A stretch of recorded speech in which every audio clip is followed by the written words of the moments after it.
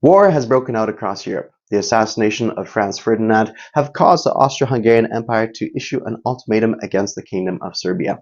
The Serbs have rejected that ultimatum, and so Austria finds itself at war, marches its troops across the border into Serbia, and in one major battle, devastating the Serbian forces to the point where only a fragment survived. The Austrians have also decided that now is the appropriate time to engage in a long-held squabble against the British Empire and engage their Eastern Mediterranean squadron and sink it to the bottom of the sea with the Austrian fleet. This is somewhat of an unprecedented attack, as the Austrian fleet is not, in comparison to the British fleet, much to speak of. The Russians have decided that now is the appropriate time to launch into the combat as well to assist their ally to the south, and have engaged the German armies in Germany and Austria, the Austrian armies, in battle so as to take advantage of the situation.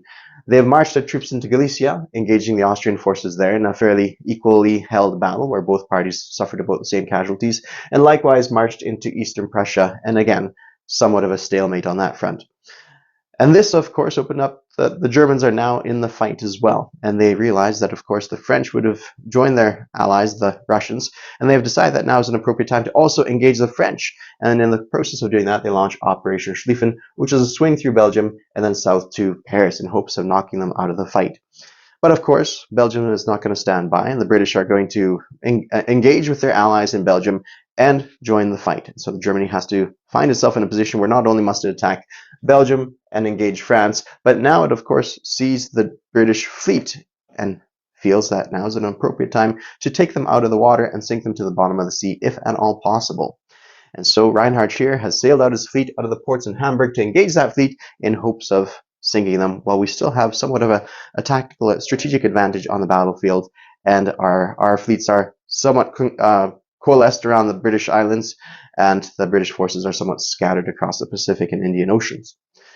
And in the Pacific theater, we have, of course, the German colonies. We see the mighty forces of Japan, who have joined the British in the fight, and we see, of course, that the Japanese could run rampant in this theater.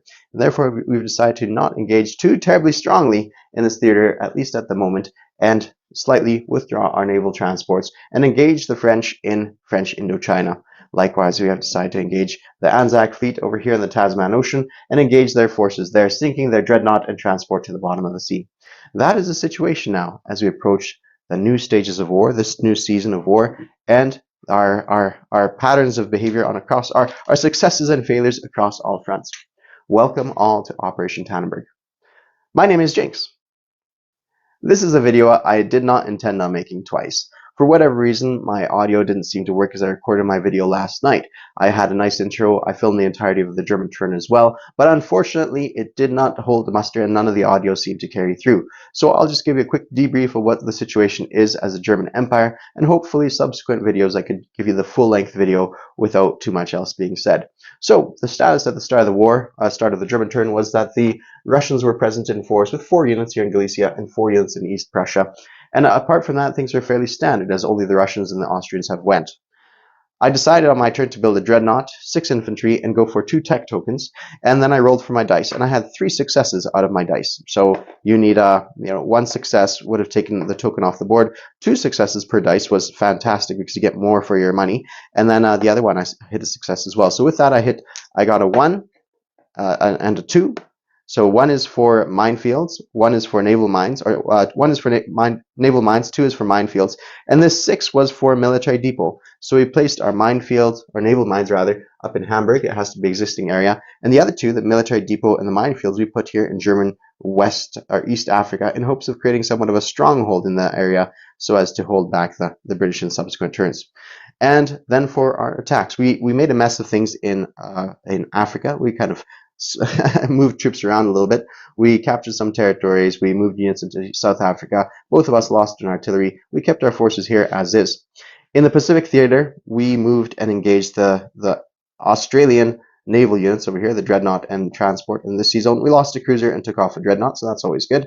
Dreadnoughts in this game do cost 15 IPC, so it's a little bit more bang going on there. And we moved the rest of our fleet into this sea zone, engaged a lone French unit over here in French Indochina, and managed to capture that territory as well. We were debating going after this Japanese fleet, but frankly speaking, the Japanese are somewhat stuck in the Pacific anyways, so even if we had taken them out, they would have just rebuilt and kept at us turn after turn after turn, so we decided it wasn't quite worth it to pursue them at this time.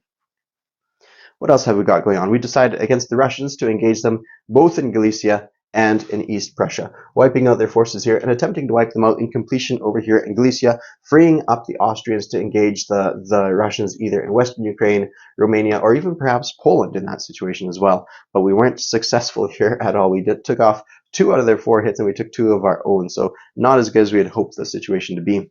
In East Prussia, the story was a little different. We managed to take off 4 of their units for 2 of our own casualties, and now we see this bit of a face-off here with 4 infantry in Poland. In Belarus, we have 7 infantry, 3 artillery, and 3 cavalry, and over here we see a stack of troops. We see something like 19 infantry, 3 artillery, and 3 cavalry. So quite a stack of troops threatening whoever makes the first move. If the Russians move into this territory, I'm sure we could take them out quite handily, and we'll have to see what they do in this situation, or perhaps they might even pull back at this point.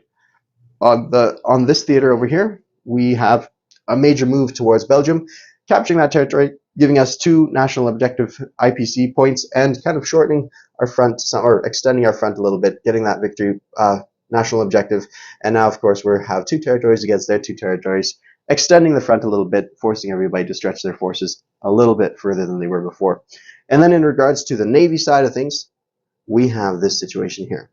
We didn't actually roll for any of our submarines, any of our naval battles, because one of the features in this game is your cruisers can have 2 postures. It can go in a scouting role, kind of think of them as kind of a combined destroyer and a cruiser squadron. So in this case, if they go in a scouting role, then they roll 2 at 2 or less instead of 3 or less as a regular cruiser, but they can negate the first strike and surprise strike of submarines. So, and target selection, I believe, is what they also had if you don't have a cruiser in detection mode.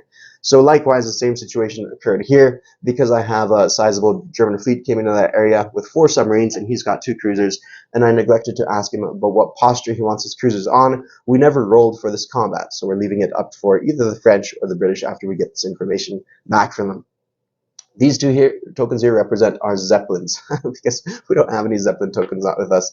I'm toying around with a few other features. We'll see what we can pull off. But facing off, we enter the minefields here, no results, and enter the minefields here, and again, no results. So quite happily, once again, in an Axis and Allies 1914 style game, minefields seem to be friendly towards the Central Powers and more antagonistic. Well, we'll have to see about that, but so far we've been very lucky with minefields. So in total, we have 4 subs, 2 cruisers, and a dreadnought and 2 Zeppelins going against 2 dreadnoughts, 2 cruisers, a sub, and a transport. And if both these battles are successful, and combining it with the Austro-Hungarian fleet action here in the Mediterranean, then the only British fleet we have to contend with is here in Sea Zone 41.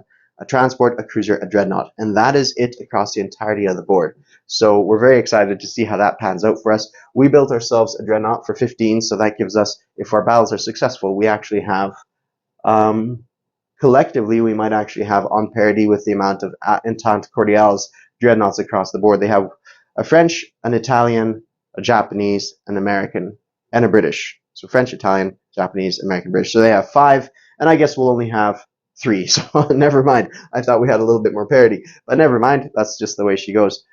And that is it for the German turn. So unfortunately, you don't get to see the dice rolls for all the combat, but I've shared that link privately with my opponents. It's not video, it's just simply, it's not audio, it's just video, but they were able to piece together what my intentions are, what my designs are, and so with that in mind, they're proceeding with their turn. Hopefully in subsequent videos, I can piece it all together in a much nicer way, and we could have a nicer video. So my audio works now. I'm not sure exactly what it is. Anyways, let's leave it at that. Thank you all for watching. Cheers.